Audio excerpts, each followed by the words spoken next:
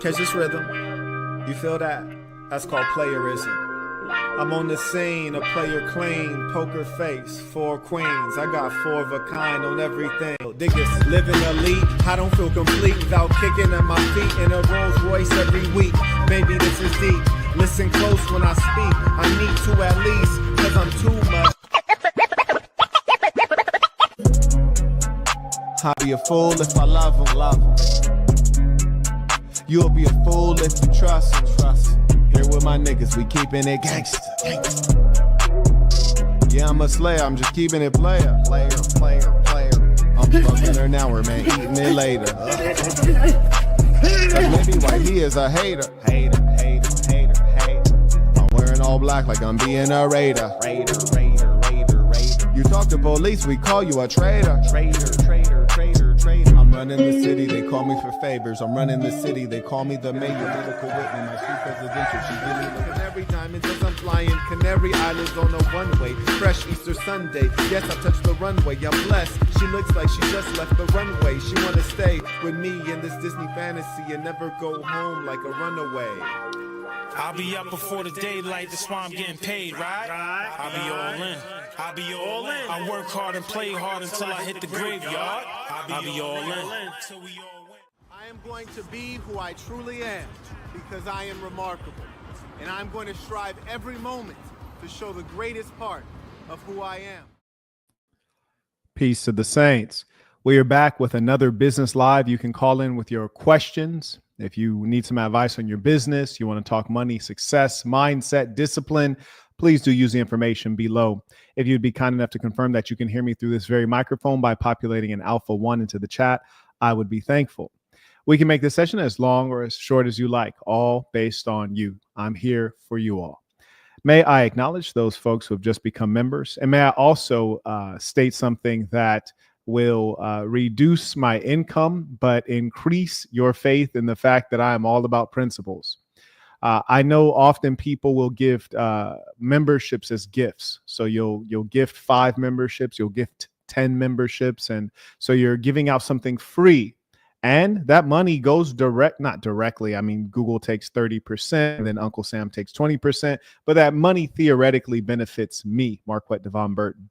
However, I have a 3-sentence Bible. Be yourself, be good to yourself, be good to good people. That third piece, be good to good people. Unfortunately, many of these folks, they like a freebie. You don't know if they're a good person. And to be quite honest with you, I'd rather lose out on that money than have those who are not good people receive any benefit, be any inch closer to me, or get access to exclusive content, which is A1.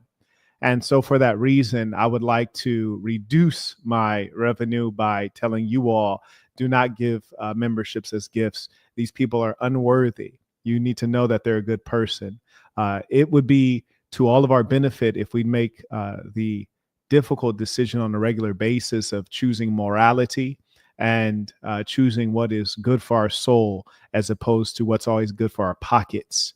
That being said, if you do want to support the work, you can use the information below to support the work. And I thank all of you who have been generous enough to gift memberships to other people. And I am very thankful for your saintly nature, but I don't want you to be abused. May I acknowledge those who are members, and we welcome you warmly to this thing of ours. The gentleman writes, Mr. Ferreira, who's supported before, and I appreciate you. He writes, peace of the saints. How to become a more serious man. Oh, it's all inside of you. Boss University is a great thing in terms of looking inside, introspection. The entire course really is a exploration of the inner world.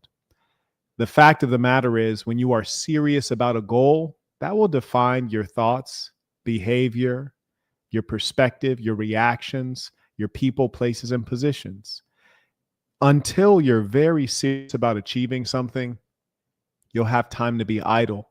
You'll have time to have water cooler conversation with your colleagues who are going nowhere.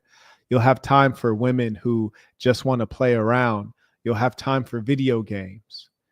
When you become truly invested in something, whether it's yourself, your future, your goal, I can assure you so many things won't matter to you.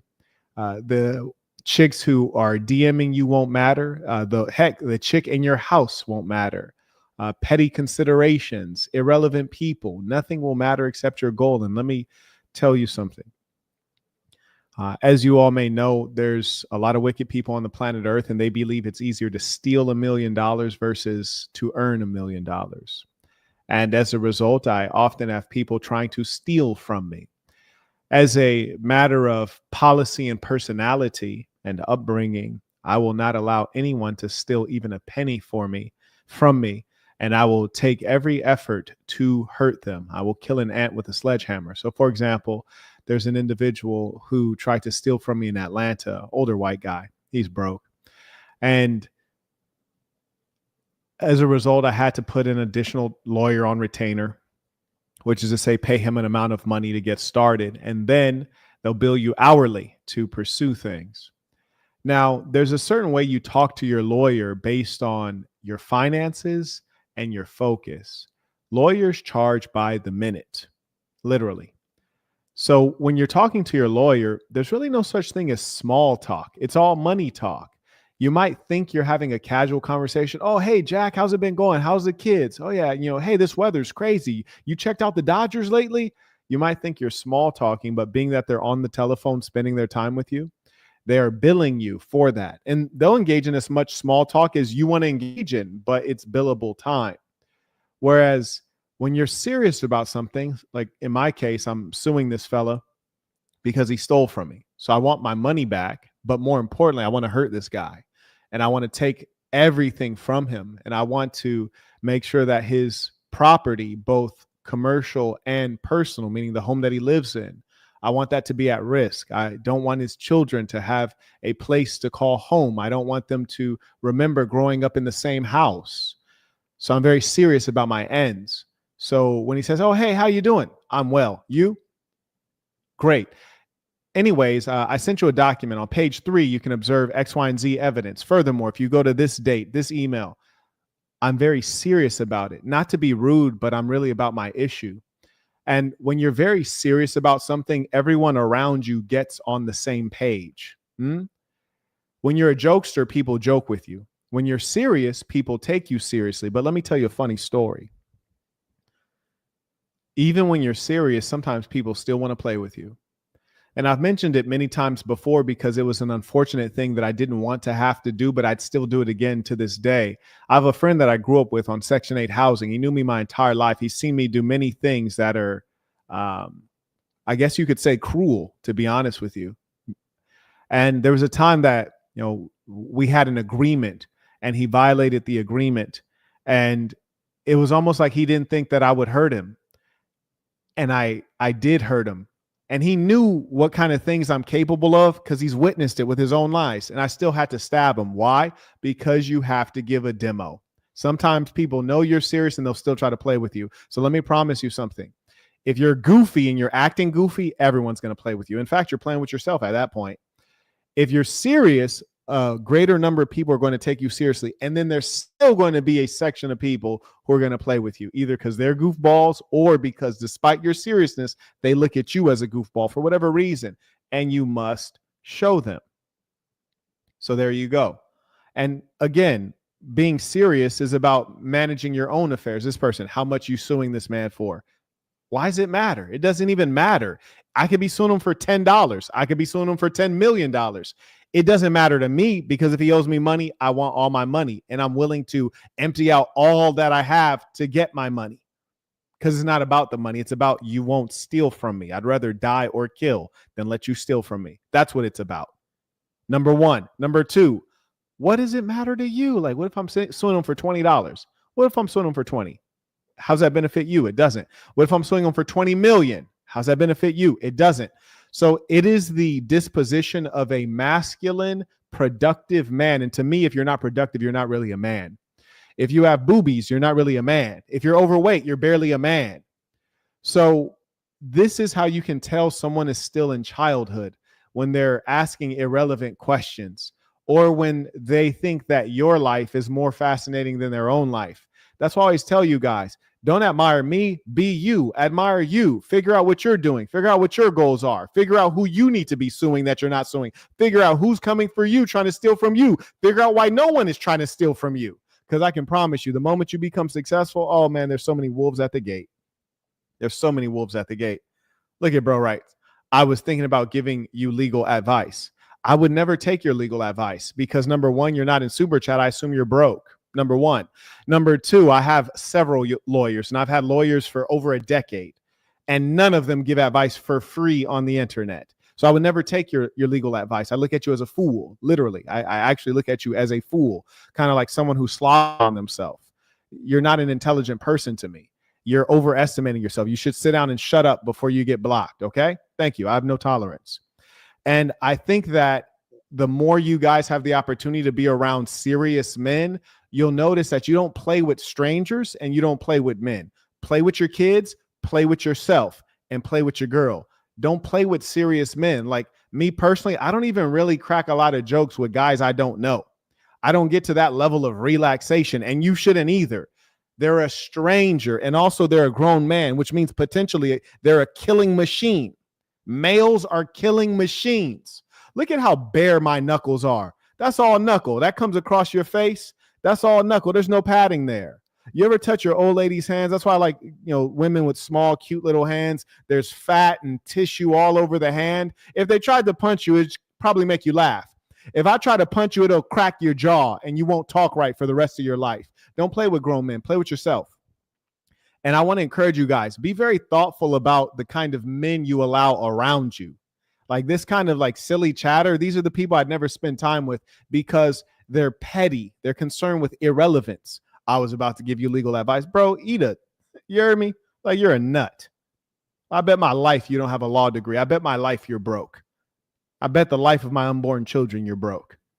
Anyways, summary answer is you become serious when you have something that has real meaning in your life. Your life lacks meaning. That's just all there is to it. When your life has something that's really meaningful and it fires you up, man, you're going to be cold. I promise you, you're going to be cold. You want to find that meaning? Boss University. That's what I made it for. Boss University to help you get out of a rut. Boss University to figure out who you are. Boss University to figure out what your unique talents are. Boss University to figure out how to be among bosses and be the boss of yourself. Most people have no self-control. They can't control their own thinking.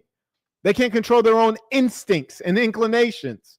I like to joke, but I've trained myself to only joke around people I'm familiar with or people I know well, or only joke when I don't have anything at stake. I never joke with my lawyers. Why? Because they're on the clock. I ain't got time to joke. Come on now. Shout out to Major Mind and Soul writes, tuition, peace of the saints. Yes, indeed. I also acknowledge Mr. Golson writes, these are the most important streams. Indeed. Indeed they are. I acknowledge Chunkster. He writes, when will the jerseys be released? Peace of the saints. You know what? They won't be released. And in fact, I have to go even further because this is not related to the jerseys or the makers of the jerseys. But I'm going to 100% stop all 100% of products being offered by anyone. So I want to be very clear. And I'm going to post this on all of the member websites and the Discord as well. 100% of products will be canceled as of now unless you already have a product listed or you have already communicated to me that you have a product coming up. And so, for example, Major Mind and Soul, he has a product coming up. It's an athletic product. It's a well-designed pair of shorts, which we will post that and support that. Everything else, there will never, ever, ever, ever again be one single product that I'm going to support or put up. I would also like to state for everyone, do not post any commercial opportunity in our Discord. If there's a buy link, if there's something that you're selling, do not post that in our Discord. Nothing will be sold at all.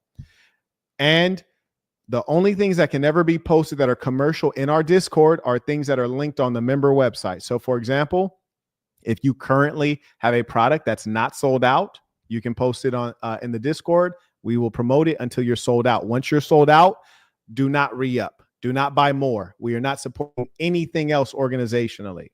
And that is 100% because of the simple fact that people did not take the opportunity seriously. Marquett, what do you mean? What I mean is that I did something for strangers that most of your parents wouldn't even do for you. I did something for strangers your own parents wouldn't do for you. I gave you my brand. I gave you my my reputation. I gave you my community. I gave you access to people who wanted to support you. I told you guys to use this to learn, use this to de-risk and sell some products so that you don't lose your money. I've sent out nearly $600,000 to you guys. That could have been in my pocket. I sent it out to you all. And consistently, we had people who did not respect it. And I'll tell you what the issue was. We're getting too big. We're getting too big. And so it's not pure anymore. It was pure before. At the beginning, I knew every single person by name, and I was very familiar with them. They had all taken consultations, and it was very pure. And then you have all these people trying to add on, and they're just there to make a quick cash grab. It's like they're not even serious about the product that they're making. They're not trying to make $1 million. They're not trying to use the product opportunity as a school to learn. They're not soaking up the information. They're trying to make a quick cash grab. They're thinking like a poor person instead of a person who's a millionaire but doesn't have the money yet. That's the problem. Look at bro right here, right? 1 degree is not enough these days. I got one, still looking for a job. Any openings in your company? Broke, no super chat. Well, you're never going to win like that. You won't invest in yourself. You're never going to win like that. If you don't have, there was a $2 super chat. I could have sworn. Was there a $2 super chat? There you go. Boom. That's a $2 super chat. Shout out to Mr. Golston. Did I say it's $2? No, because I don't care. It doesn't matter. Even at the bottom of the screen, it says I only read out $20 and above, but I still read out the $2, right? Out of appreciation and respect. And then you say, I'm broke. I don't even have $2, which that's really bad. And I've said so many times, if you don't have $2, you should not be watching me. I am not that important to where if you don't have $2, don't watch me. You have so many more important things to do, like go to Indeed.com, go to Monster.com, go to LinkedIn.com, put in job applications. That's what you should be doing this very moment. You should be networking. You should be putting in applications. You should be trying to improve your future, get your financial foundation together. You shouldn't be listening to YouTube. This is not going to help you. See, what I'm talking about is bigger than the basics of can I feed myself? You're on the level of can I feed myself? This is not for that. This is how do I become a millionaire? How do I become financially free? How do I change my lifestyle so that I have full control over my time? How do I set up my family? How do I get my woman out of the workforce? How do I create not generational wealth, but generational knowledge? This is not for people like who don't have the basics in line. Like there's nothing I'm about to say that you're going to truly comprehend if you don't have $2, because you need to get a job, homie. And it's really easy to get jobs right now. I see job openings all over the place. Get a job, buddy. And I say that with all due respect. And also get off of this live stream, because there's nothing I can say that's about to help you because you're too far down. I tell you guys, I'm talking to the leadership class.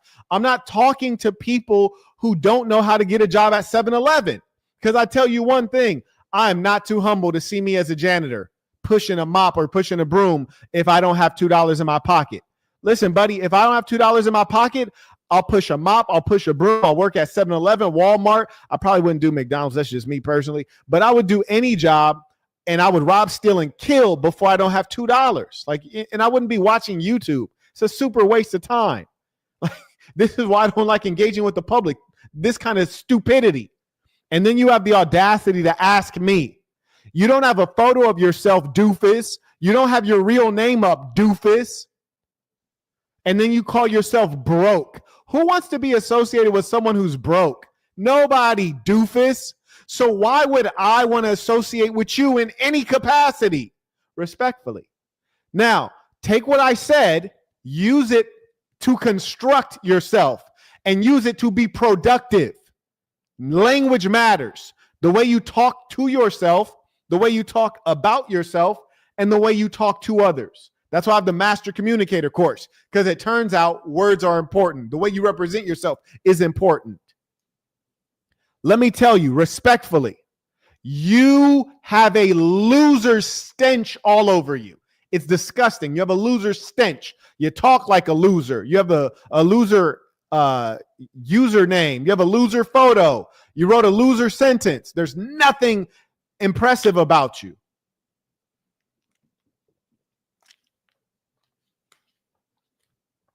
I say that with love. And I know there's people getting their feelings hurt, but this is what it is, buddy. Let me give you an example. And this is all free game right here. Since you don't have $2, this is free game.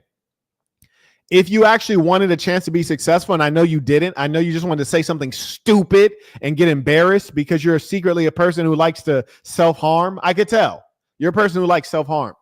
Because if you really wanted to be successful, you would have said, all right, let me get a guaranteed way to get his attention. I can get his attention for $2. Damn, that's a deal. So I send in my $2, or I have my girlfriend send it in, or my mom or my aunt, if I didn't have $2, but you have $2. And I would put @ and I would use my real name, like Bobby Johnson. Why? So that maybe if I was of interest, he could easily find me. And then you write 1 degree is not enough these days. Actually, it is. No degrees is fine if you actually have skills. Problem is you don't have any damn skills. If you had skills, you would have been hired already. I'm going to talk about real skills in a little bit later. You don't have skills. It's not about degrees. And you have a stupid degree, because if you had a good degree, you'd already have a job. Then you write, I got one, still looking for a job. Well, you should be looking for a job right now, not dealing with us. Then lastly, any openings in your company. Look into how stupid that sounds. I've said this many times. Obviously, you haven't been listening much. The world does not reward generalists. The world rewards specialists, meaning you have to specialize in something. You have to be there needs to be a specific skill set. So when you say any openings, you're basically saying, hey, I'll sell myself for anything. I'll sell myself at any price in any job. It's like, do you have any dignity? Like, don't be a groveling peasant. And then you write broke, no super chat. It's like, bro, why would I want to deal with you? Think about it. Do you think I want to just like put my breast in your mouth like I'm your mother? I'm not your mother, homeboy. I don't care anything about you. To be honest with you, if you got hit by a car, I wouldn't even go to your funeral. I don't even know who you are, buddy. Like, straight up. So understand, I'm a grown man and you're a grown man. I have no sympathy for you. That's the real world. I've been trying to teach you guys about the real world. Now, knowing that, you should ask yourself, what value can I add to this man? Because no man cares about you like that. You're a stranger, partner. So with that being the case, when you say, hey, I'm broke. Hey, my degree's no good. Hey, I don't have a specific skill set. Help me. That's what you're saying. Help me. You sound like a gold digger, man. Like if you were a real man, you would have your handle would have said @Bobby Johnson. You'd add a proper professional photo that looks like you deserve a job. And then you would have wrote, I have a phenomenal degree in astrophysics. I'm looking for a job that involves fill in the blank. Marquett, would you be interested in considering me for a position? You can reach me at gifted@gmail.com or whatever your email account is. And you just sent your $2. I would have read that out loud. And I said, that's a good degree. That's a good looking kid in the photo. Looks like he could be productive. He looks well put together. Okay, I'm going to log that into memory. And if I were you, I would have took the extra step of using that email address below the wrong way, even though I don't recommend this. I would have sent in my super chat, and then I would have said in the super chat, hey, I sent you an email just so you have my information. My resume is attached. You might not have gotten a response today or even tomorrow or even the day after, but there may have come a time I might need something, or I might need someone to do something. I might say, oh yeah, there's that one kid. Can't even remember your name. I just go in the email and I'll type in the word resume, and then yours would pop up. And I open up the resume, look at the resume. Okay, this kid seems smart enough. Give him a shot. And that could have been your opportunity. But instead, you showed up like a loser. And that's why you're losing. You're not losing because of the economy. You're not losing because of your degree. You're not losing because of your family circumstance. You're not losing because of your ethnicity or your sexual orientation. You're losing because you're an idiot. You're welcome. In case no one's ever looked you in your eye and told you you're an idiot, there you go. You're an idiot. But the good news is you don't have to stay in that state. Unlike a promiscuous woman who cannot uncatch all the bodies she's caught, you can stop being an idiot. Get your life together. You're a man. Damn dweeb. Anyways, Shout out to Aaron. He writes, Peace of the Saints. How can someone identify their personal why that enables them to push past all fear and adversity in the pursuit of a goal? Thanks for the game tuition. I don't think it always has to be that deep. Now, Aaron, I'm familiar with you. We've talked before, so I know you're more on the deeper side, but I frankly just don't think it has to be that deep. For example, I remember when I'd moved into this mini mansion in San Francisco after university, I was there with a number of my fraternity brothers who were also, recent graduates, except that I was driving a Honda and they were driving BMWs. Now, how they got theirs, who knows? Maybe it's from their high-paying jobs at Accenture. Maybe it's from their parents. I don't know. The only thing that I knew was that I was driving a Honda and they were driving BMWs, and they used to go to the Marin Headlands and they would race each other in the BMWs. And I was there in a Honda. It was just like, man, it was killing the vibe, my boy. And I had a burning feeling that I did not deserve to be in the damn Honda, right? So that made me figure it out. People, places, positions, the people that you're around, when you're around people who have the things, whether it's status, lifestyle, income, connections, women who have the things that you want, it makes you more ambitious. It increases your know-how, and it makes those things more real to you. So the why, it doesn't have to be deep. I mean, the why can be very simple. Why did I start selling illegal substances when I was 11 years old? Because I wanted to have better sneakers. I didn't want to have pay less sneakers. It doesn't have to be that deep at all. The real question is, why are you so comfortable where you're at, right? Why are you so comfortable where you're at? What is really driving you? And these are Boston University type things. If you have that piece of education, go back through it. And if you have a particular lesson, you're like, hey, Marquett, I'm on this particular lesson. Can you elaborate on X, Y, and Z? Feel free to ask me. I'll tell you this. You need to understand the self. Sometimes people think they want to be famous when really they don't want to be famous. They just want someone to love them. Sometimes we get confused on things. Sometimes people think that they want to be rich when really they don't want to be rich. They just want to be admired. Sometimes we miss the mark because we haven't truly understood what we want. Some people want to feel important, and they think that fame is going to make them feel important or make them feel loved. And then they start to realize really quickly, like, oh, being famous doesn't make me feel loved. People don't actually love me.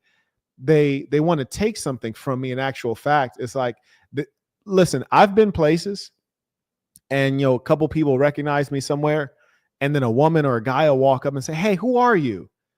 And I'll be like, nobody. And they'll say, oh, hey, can I take a picture with you? And in my head, I'm like, you don't even know who I am. Why do you want to take a picture with me? Like, I'm famous to those 4 people, but you don't even know who I am. Why do you want a picture? Well, they want a picture because power and fame, they just want to be associated with it. So they don't love you. They don't care about you. They just want to be able to like post up the photo. And if it gets a bunch of likes, they'll be like, oh, that was so-and-so. I didn't know he's a famous guy. I didn't know that. And that's what matters to them. So people are seeking fame, not realizing that when you become famous, people aren't going to be pouring into you. They're not going to be giving you love. They want to take from you. And so the better we understand ourselves, the truer our path can be to the appropriate outcome. So self-knowledge and self-understanding is the most important thing, because I tell you what,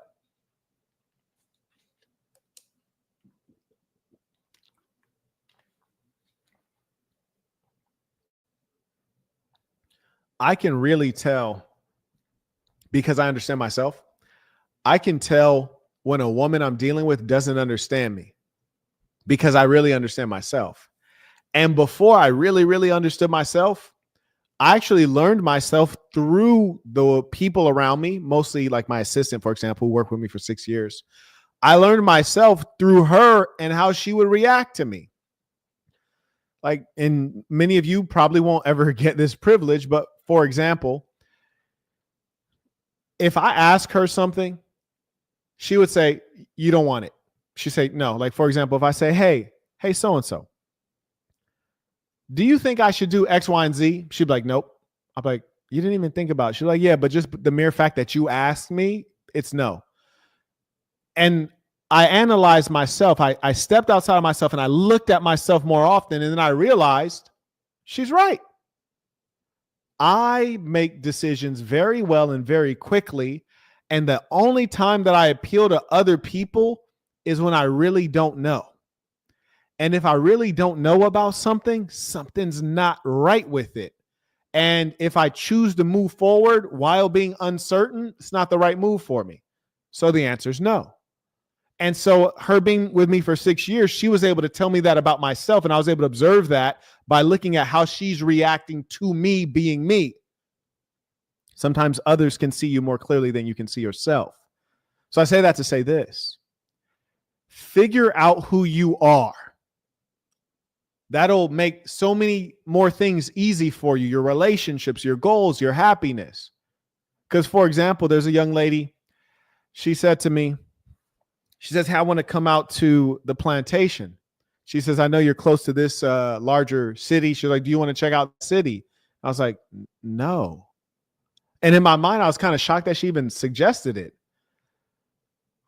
And then she was like, oh, yeah, are you going to do any traveling? Do you have any traveling coming up? And I said, let me tell you who I am right now.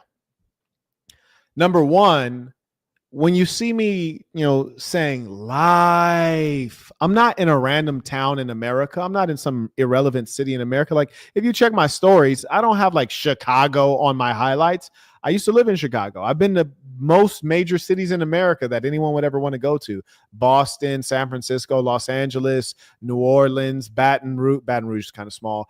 Chicago, Miami, Atlanta, like whatever you can think of, I've been there.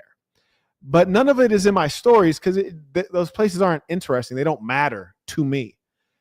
That being said, I could tell she didn't really comprehend me because in her head, she was like, oh, yeah, let's go to this town that's near the plantation and we can look around and hang out and see what it's like. And I'm like, I don't care what it's like. Like, I don't care about mundane things. Like, I don't get entertained by going for a stroll and just being out. Like, no, there's no.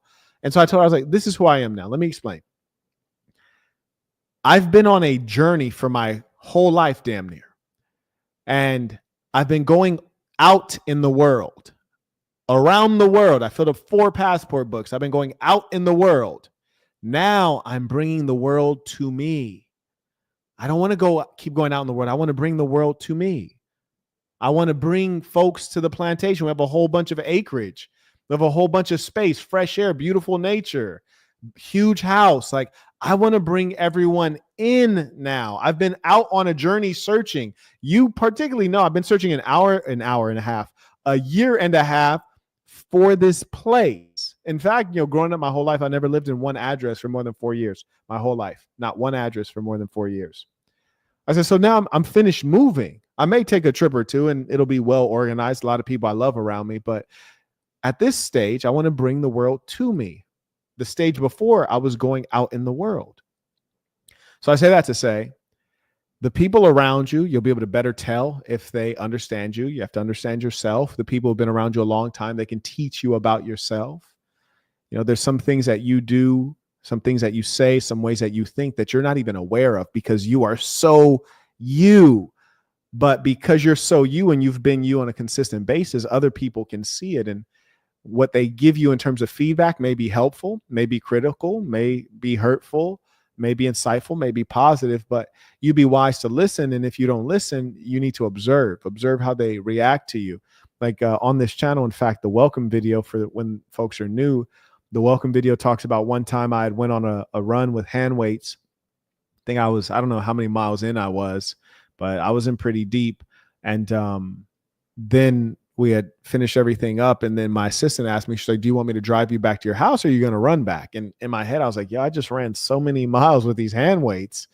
And then I realized the reason that she asked me that is because that's the kind of stuff that I do.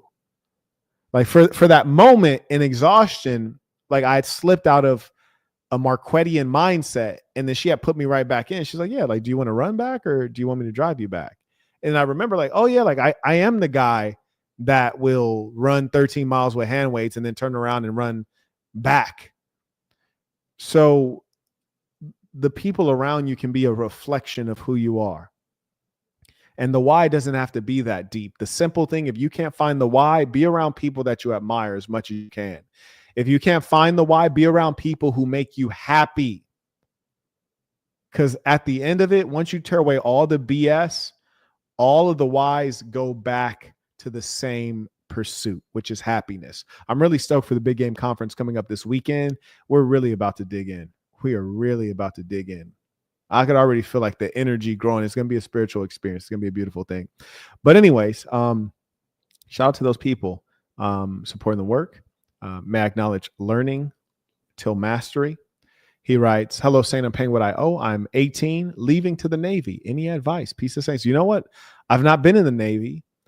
So my advice when you go into any system, anything that has high levels of predictability, government jobs do, military does, is I would figure out who the highest ranking person is that you can get advice and mentorship from. I try to understand the system and then try to work the system. There's nothing more foolish than being within a predictable system and not figuring out what the next steps are and how to move through the process faster. And I would also figure out where I need this vehicle to take me to. So if you're in the Marines, I would ask myself, or the Navy, I'd ask myself, well, what are the best things people have done coming out of the Navy? What can I parlay this into? Can I do a John McCain and parlay this into, becoming a congressman or becoming a governor? Can I make sure that while I'm in the Navy, I'm actually doing a job that will be transferable to the civilian world? And if I'm going to be doing something more interesting, like intelligence or something that's really brain focused, can I come out and become a consultant or get connected with the media? So what I'm saying to you is that you need to be thinking 10 steps ahead, and you need to engage with the people who are 10 steps ahead so they can tell you how to get those 10 steps covered quickly. Sherry writes, I respect honesty. I'm a wife of 14 years and a stay-at-home mom. Shout out to Sherry. She writes, I keep a clean house, cook, laundry, etc. I'm definitely not laying around all day. That's a beautiful thing. Why does society frown upon that now, especially other women? Oh, it's jealousy. It's jealousy, Sherry. You're doing the right thing, and they feel stupid because they're not in your position. Now, think about how goofy these broads are, right? They're like, I'm a feminist. I'm not going to stay at home and cook and clean. So what do they end up doing as a feminist? Now they got to cook, clean, and work. That's called an L. It's stupidity. And frankly, I think that mothers like you who are actually involved should be given more credit, because this is what heals the society. In the absence of having a proper mother, then the children don't grow up with self-esteem, and they're missing many of the critical things that make them a happy, healthy, well-adjusted person. So I commend you. May I acknowledge Khalil writes that he emailed the statement in question. And Khalil, this better not be a question that you asked me 1,000 times. Let's see. Gentleman writes, peace of the saints. I've attached a product review video. Okay, very interesting. From a friend. He's a barber, of a hair product you were interested in copying. Hope you find it useful. Oh, yeah, absolutely. And remind me, ladies and saints, I want to address two things in this talk today about business. I want to address, number one, a product idea that I experienced, which is the only way to come across great product ideas for most of you, is to experience it. So that's one thing I want to talk about, if you'd remind me. And the second thing I want to talk about is simplicity and oneness. People often say you need multiple sources of income. These are people who are uneducated, broke, idiots, and scammers who say things like that. That's bad advice, and I'll explain why if you guys would remind me. Anyways, the gentleman writes, actually, let's take a look at the video first. So, I got to download this one. Isn't that something? Okay, so video's downloaded. Oh, so I'm going to go ahead and pop up this video here.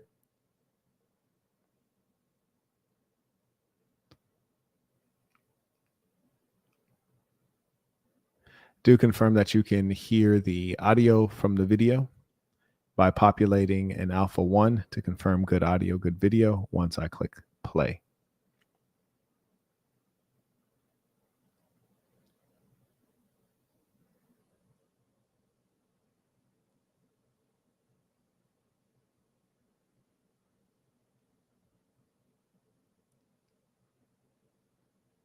Okay. Okay, now I'm about to go back because I want to see those problem areas again. I want to see how problematic those areas are. I know that I can't enlarge it on your screen, but I'm going to enlarge it on my screen so I can just get my best look at these quote unquote problem areas. And I'm a detail-oriented person. I think that was in part my upbringing. And upbringing is important, just like the young lady a wife of 14 years, when you have people who have time to pay attention to you, you get better values. Okay. So he's showing his problem areas, which are not that problematic. He's a pretty young guy, got a decent hairline, but I do see the thinning. So I want to be conscious as we look at the product, because maybe the product is great for filling in if you're thinning, but not necessarily get you in the game if you have significant balding, right? Now, me personally, I love these kinds of products, not using them, obviously, because I'm the bald head lover, but I love these. Oh, there's no audio. Word? That's a pity. That's so strange. No sound, huh? Curious. No sound. Let me try to share this a different way. Let me see. I'm going to try to share this another way. Peace to the Saints. What's up, everybody? Okay, let me know if you can hear it now. My name is Jaden Cozy, and I'm a barber here to review hair illusions for Marquett. So first things first, as you saw, I use alcohol just to cleanse my skin of any dirt and oils. Can you guys hear that one that I was just playing? Okay, fantastic. Brilliant. Okay, cool. So we rolling. And you can see my problem areas. So first, I use this fiber holding spray just to get a layer down. Okay, so he said he used a spray, which I'm assuming this spray is some kind of adhesive, which is going to hold the fibers. And then this product is called Real Hair Fibers. That's a great name for it. The fibers to stick to. Then, as you can see right here, I'm spraying the fiber. It would have been fantastic if someone else would have been able to hold the camera just to get closer shots, but this is good. And I also use what's called a fade brush to blend in any blotches that I see. Okay. Then right after that, I use this water resistant spray, and after that, I'm gonna use a. I'd be curious if the water resistant spray kind of works without or against your sweat. Blow dryer, low heat, spraying. Like, what kind of got a blow dryer? Like, this is not very black of you. I don't even think I saw my first blow dryer until I was at a white chick's house in high school, stroking her out. This man has a blow dryer. Like that in. This process took a little under 5 minutes for me. Always make sure you're taking your time. As you can see, I was blending out with the brush still. And as you look on my forehead, I had a little bit of overspray. So I use my liners to get that out the way, just Bro said overspray. Sharpen up my line a little bit. And as you can see, yep, all that stuff's going off my forehead. And I got, a smooth line, nothing crazy. Just real quick. So this is me in the car on the way to work. It was like 90 degrees. You can see the sweat on my head. There's a few hours in the work right here. Got a little bit of a shine from that holding spray, but the enhancements were holding good, and they were staying put. I just didn't like that glare and some of the sunlight. This is right after work. This is after like 5 hours of work. Held up pretty good, and I was impressed. So right now, I just need to know what kind of job this ball got where he only got to work 5 hours. This man then went to work for 5 hours and got off work. I'm testing out this, water resistant spray. So this is me drying off my face. As you can see, like I was talking about earlier, you can see that reflective film. That was really my only issue I had with these enhancements. And but besides that, it looked like there was like a minor discoloration to his finger.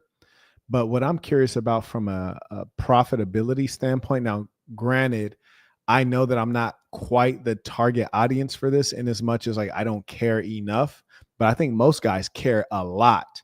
And what I think is going to be most interesting is for guys who have like significant recessions, like Stephen A. Smith, right? Stephen A. Smith. Think of Stephen A. Smith, right? Like, so if you could get Stephen A. back in the game, then this product is about to sell crazy. But if it's really best suited for guys who have like slight thinning and they have minor recession, it's less interesting because I don't think it's going to fly off the shelves. So like, for example, what I would love to know is like, if you were to cut down Stephen A. Smith's hair down with a 1 guard and then you applied this product, could you move his hairline up 2 to 3 inches so that it's somewhere near his forehead, Yerby, instead of way back here? Could you move his joint up forward?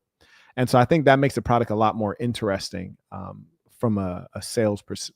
I was working pretty cool. So to remove the enhancements, you can either shampoo your hair or use alcohol on the wife, I decided to use the alcohol. And I'll show you guys right here that's coming right off. Dang, was that So green? this side I'm rubbing is the side that I haven't rubbed yet with any alcohol, and the other side is the one I have. You can see a little bit of a difference of the lightness to darkness. And then right here, I finish it off real nice. I'd say for this holding spray and this overall enhancement, the fibers are amazing. They're one of the best fibers I use quality-wise. But as far as the holding spray goes, I just think it was too liquidy, and I think that's why it was showing up the way it was. This right here is a hairspray formula I think you should try. It's called Level 3. And Level 3 has a nice hold to it, but it doesn't leave as much as a film on the head, and it sprays very lightly and mists. And the water adhesive spray is great too. Keep the water adhesive exactly how it is. But yeah, man, that's all I got. I'll just say shout out to Khalil for one, give me the black box. It was a great read, Marquett, and I really learned a lot of life lessons from that book. And giving me the opportunity to review a product for you, man. Peace to the Saints. Peace to the Saints. I appreciate that. And I think Khalil said that the gentleman is a barber. So like that is an expert. You feel me? As far as his hair stuff goes, that man is an expert. He knows his stuff. And that's really insightful. See, that's something that as a barber, I'd probably use that to upcharge people. What I'm thinking about is, is this something that's going to move effectively into the consumer space to where it can be a self-applied product? Because those are the things that, if people can use it in the privacy of their own home, I think it's going to just do crazy numbers. Like, for example, I want to say that this is the case. I'm not entirely sure. I'm sure somebody in the chat knows. Maybe there's some South Africans in the chat. But, actually, let me give you this. Let me give you this example. I remember I was in South Africa years ago. I was in Joburg, and I don't remember exactly where I heard this. Maybe it was in a hotel lobby or somewhere. There was like a commercial, and it mentioned a pill called PrEP. And I forget exactly how it says it works. Like maybe they say if you like use the pill before having intercourse, it prevents HIV/AIDS, or maybe if you use it like right after you've had contact, it prevents it. I forget how it works. But when I heard of that, I was like, whoa, that's crazy. I was like, that's a pharmaceutical to invest in. I was like, that people are going to really buy. They're going to spend money on that thing. And also if you have like a at-home pregnancy test, like just remember the time before when you had to go into the doctor to get a pregnancy test. Now that you can do it at home just by peeing on a stick, I mean, like that's a great product where people can do it in privacy. They can do it without shame. They can do it as many times as they like. They don't need a professional. Like those are great products. So, being able to do it with your barber is fantastic. But if it's a product that's simple enough that you can do it at home and it can maybe save you a trip to the barber, like, oh man, like that's when the money's rolling in. Seems like a neat enough product. I'd probably at this stage just sell it to barbers because it seems like it might be a good addition to a good lineup, when you're in the barber chair, but it doesn't seem like it's probably something that'll be easily and widely adopted by average Joes, a part of their daily maintenance and upkeep of their hair. And in as much as that's the case, I'm kind of like, but I am very interested in this tech, like this space, which is to say the vanity space, the space of men acting like broads. I'm very interested in that space because that space always grows. It's inevitable. I'll give you an example. When I was a youngster, following quote unquote the culture, I'd wanted to get my ears pierced. My parents were like, what? Grandma was like, what? And like, nah, that's out. I was like, why? Everybody has their ears pierced. She was like, yeah, that's for girls. I was like, no, it's the boys. They all have their ears pierced. I'm like the only one who doesn't. She's like, yeah. You gonna stay like that because that's for girls. That's gay. And at the time I was like, yeah, no, y'all are crazy. Like y'all are old school. But the point is that androgyny grows. So guys are doing things that chicks are doing things that guys are doing, right? Chicks are covered in tattoos right now, like they fresh out the feds. So that space is a space that's ever growing in the West. So there's good business opportunities there. And so men's makeup, which is essentially what this is, right? Let's keep it a bean. It's men's makeup. The men's makeup space is going to grow. And if you can be on the bleeding edge of it, I think you'll do real well. And that's one thing I'm keeping my eyes open to invest in the bleeding edge of men's makeup. Now, whatever, wear it, hell nah, gotta look like, you hear me? I'm a whole grown man, but I would definitely invest in men's insecurity and vanity. So shout out to that young man. He did a phenomenal job at reviewing that product. I really appreciate it. That was thorough. That was well done. Matter of fact, that was really well done. Khalil writes, I recently discovered that I am a future focused and strategic thinker. Shout out to Money Mitch for this insight. In a previous live session, you mentioned I should aim to become a CEO or COO in the long run. With that in mind, I decided to focus on product management and business development as my goals in my next internship. Additionally, I'm planning in between those two, by the way, I'd probably, if you actually have real choices between the two, I'd go on the product. You put product management. Did you mean product development? Yeah, maybe you meant product development. He writes, additionally, I'm planning to launch my first business venture, a residential cleaning company. Okay, very good. Although I'm aware you're not a big fan of service-based businesses, you got to start somewhere. I'm excited to pursue this path. That's good. You're going to need that. Hold on to that excitement. He writes, I've already purchased a course. Okay. At the estimated startup cost for the venture, and the estimated startup cost for the venture is around $2,000. To be cautious, I'm budgeting closer to $2,500 to $3,000. I greatly appreciate any advice or tips you might have regarding my professional development and cleaning venture. Thank you for your guidance and support. You know what? Someone as smart as you, I kind of hate to see you going direct into that. You're still a young man. You're going to do all kinds of stuff as a young man, but I hope that you move very quickly to remove yourself from directly cleaning and retreat into managing the business as opposed to being in the business, which is to say you want to work on the business, not work in the business. And, you know, that's not a bad business. For example, I had a cleaning lady here during my last live session, whom I did not hire again. I actually fired her. And that was because she basically was like lazy and dishonest. And I also found it appalling that, and I wrote her a review. She actually texted me. I wrote a review because the website had said, hey, why don't you review so-and-so? And I almost never write reviews unless someone asked me to. So I wrote a review because I was just appalled. And then she texts me and she says, well, your chef had offered me food. And I was like, I don't think so. I don't think my chef offered you food. I think that you and my chef were talking, which is probably neither of you should have been talking. You both should have been working. And I think that my chef is accurate because my chef told me that you said that you were hungry and she offered you something simple and you said, no, you don't eat that. And then she said, oh, well, I have X, Y, and Z. And you said, oh, I'd like to try it. I think that's what happened. And like both of you pretty much are like done as far as I'm concerned because you should have been working, like doing your jobs. Because at that point, which like she's cooking for you and you're eating, I'm paying you to eat at my dining table. That's crazy. And then after that, I don't know if I told you guys this part. This is wild. This is a true story. After the maid finished eating my food at my dining table on the clock, she cleans for another 30 minutes and then says, oh, hey, your house is so big. Can I come back another day? Mind you, it's the middle of the day. It's not like it's late at night. She came to the house like an hour late anyways. And I was like, word? I said, okay, well, when do you want to come back? She says, and what do you expect her to say? You expect her to say like tomorrow. Shorty says, oh, mid next week. I'm like, are you crazy? Like mid next week? So yeah, long story short, I didn't rehire her. What can you do? It'd be like that. So anyways, I say that to say that there's need and there's a demand depending on where you're at. And, you know, sometimes just doing the basics of your job and then having a small layer of what doctors call bedside manner and being professional, no cursing. Yes, sir. No, sir.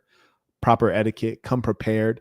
And I was talking to someone about this cleaning lady because someone on my team was like, hey, she needs to be replaced. I was like, for sure. They're like, okay, I'll find someone immediately. I was like, thank you. And they were asking me more about like what the lady's mistakes were so that they could be specific with the new person. Like, hey, don't come in and do X, Y, and Z. Like we already had somebody do that. Don't do it. And one of the things that I thought was really interesting is, look at this person right here. This person right here writes, never heard of a break. Yeah, I'm going to give you a break right now. Yeah. You know, ask you to take a break from this live chat. Nah, I never heard of a break. Anyways, I've had a number of workmen come here to do different things. And There's one guy who came to mount a television for me, and it was hot. It was like legitimately hot. He was sweating profusely. And as I usually offer the workman, I say, hey, do you need can I get you some water? I got cold water, room temp, whatever you like. And he says, oh, no, I brought my own. I came prepared. And I had to respect that, because you should bring your own water. There's nothing wrong with me offering you water or even accepting it, but you should come prepared. And so my simple piece of advice is come prepared, be professional, don't be colloquial, speak in proper English, be exceedingly polite, get to know your customer, and make them feel, whether they're poor, wealthy, middle class, make them feel like they're some sort of an aristocrat and you're just honored to be there to serve them. That'll get you the big tip. That'll make them like you. That'll make them recommend you. And that'll make them trust you. Because if you're actually getting the real good contracts, I don't know if you're doing commercial cleaning or residential cleaning, but especially with residential cleaning, the referrals are going to be everything, right? If you can clean someone's house, they got a $3 million house, you can bet your life that they have friends who also have $3 million plus houses. And when they trust you, you're going to have a positioning to get other opportunities. Like, for example, there are a number of things that I need to go do, and there won't be anyone at the plantation. And so I have some, furniture that I've been waiting a long time on. And if the furniture is about to arrive to the plantation, then who am I going to call? Maybe I'll call my groundskeeper. Maybe I'll call the maid. Maybe I'll call, fill in the blank. And that person is going to get paid, right? I'm like, hey, I need you to go to the property and unlock it for so-and-so, or do X, Y, and Z. And you being there, you being well positioned, will be to your benefit, because we are always, when I say we, I'm talking about the good people, the leadership class. We're always looking for someone who's honest and honorable. And if someone has money, like if you hang around long enough, some might fall over to you, right? So I think that you'll do really well. I think you present yourself well with sincerity. So I'm wishing you much success. And just remember that your immediate goal is to establish a large client base, and then remove yourself from actually doing the service and retreat to management. And your friend who's a barber, that's a smart young man. It's a good friend. Stick with him. You guys will go far. May I acknowledge Johnny came in via Venmo. He writes, talk that ish. Peace of the saints, sir. Yes, sir. Shout out to Andre. He writes, tuition. And Andre has a great product, which is on mdblabel.com. It's a chest bag, high quality, black leather, metal clips. And do remember, after this, there shall be no products from anyone. So support the saints that are on there, and there shall be nothing following that. Vernell writes, Peace of the Saints, tuition. Shout out to Vernell. Vernell has a product as well. He has a deodorant product, which is a phenomenal product. I have it myself. You can find that one on thesasson.com, THESASN, click products. And those are great products, like things like deodorant. That's a staple product, meaning it's a product that everybody has to use, unless they're in certain countries. There's just maybe 2 countries I've been to. It's like, yo, y'all don't respect deodorant. Now, do you? Now, do ya? May I acknowledge via super chat. Shout out to Ernest. I also acknowledge Jay. He writes, Peace of the Saints. Can you do a deep dive / research on Ripple? No. He writes, their ties to PayPal Mafia and how they're setting themselves up to be a world bank. I think more FBAs should know about this, and you break things down to the T. I appreciate that, and you're correct. But I'm probably not going to break that one down. I don't think that topic will have much audience. May I acknowledge Saint Khalil. He writes, we'll follow up with answers to your questions. Thank you for the kind words in the last live. Vividly remember that moment in the I-8. I do ask the same question in different ways. Got to be more sure of myself with action. Yes, and remember this as well, Khalil, because you're young. You got a little bit of time on your hands. And the truth is that even the wrong goal leads to the right place. So better to pick one goal and pursue it vigorously than to take years trying to figure out what the goal should be. Because you might pick the wrong goal, and in the midst of hunting it down, you will find great opportunities. You'll earn a skill set, and you'll end up in the right place. May I acknowledge TPTBS writes, do you think purchasing a multifamily, renting it out, and living in a unit, do you think that's a financially wise move? Also, I'd like to hear your thoughts on multiple streams of income. Okay, very good. So number one, I personally don't like real estate as a wealth creation vehicle. I like it more as a opportunity for storing wealth. It's not my business. It hasn't been my business. And there are many people who do really well with it. There's one gentleman named Joshua who every time he comes in with a baller alert. He does really well in real estate and he has a passion for it. He does a great job at it. I don't have a passion for it. And if you are going to pursue real estate, I don't think you should do it on the side. I think that's a mistake a lot of people do, is that they're like, oh, I'm going to do this and that on the side. It's like, or I'm going to have a side hustle. I think that you should start it on the side, but you should have every intention of being great at it.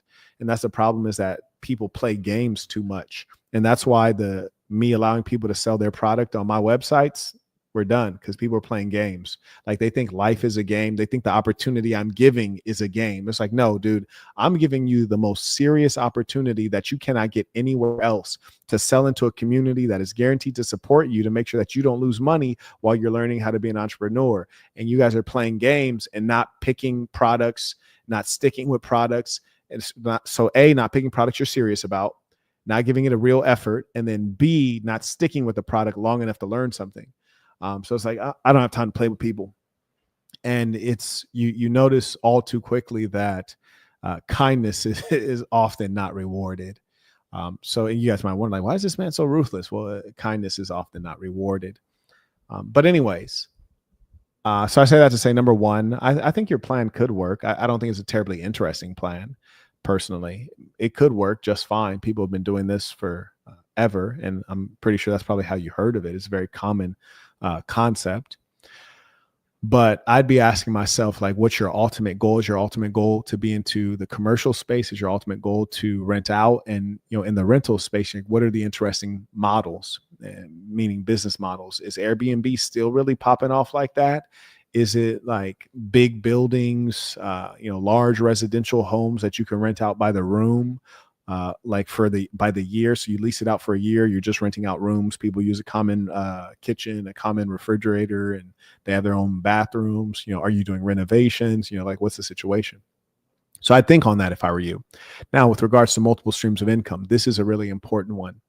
This is something that people say when either A, they don't know and they're broke. So they're just repeating things they've heard many times because it sounds right. It sounds right, but it's not right. They're broke.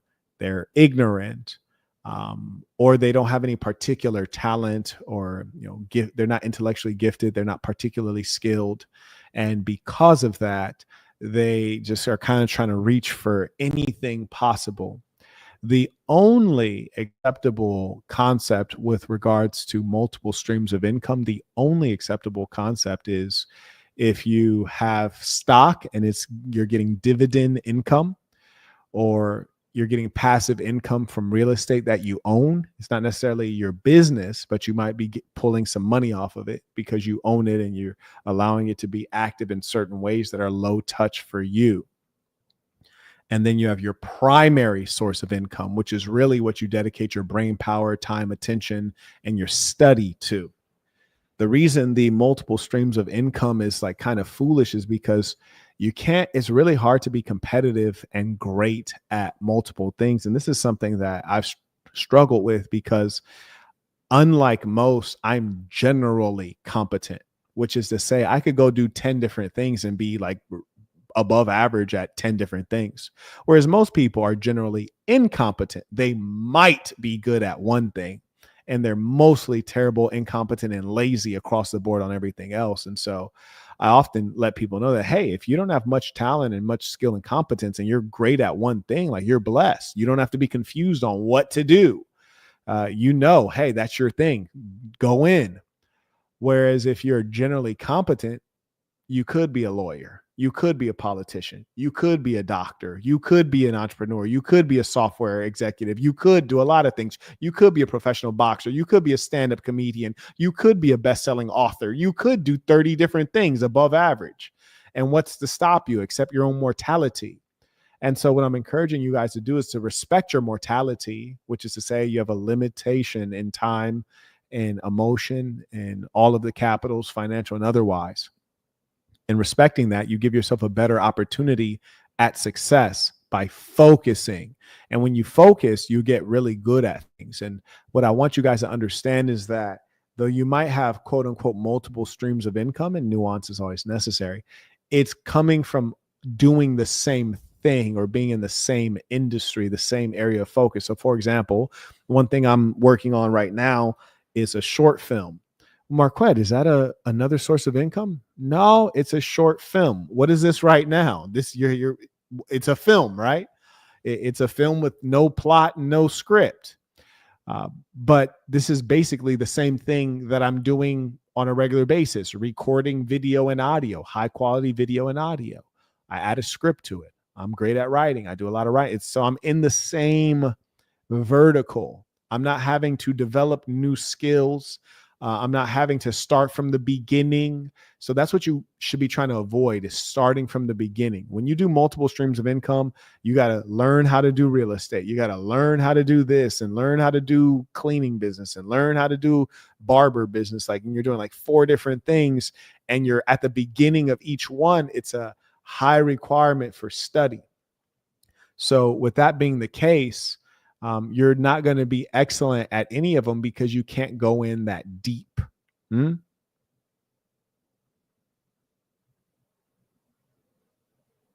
Yes, indeed.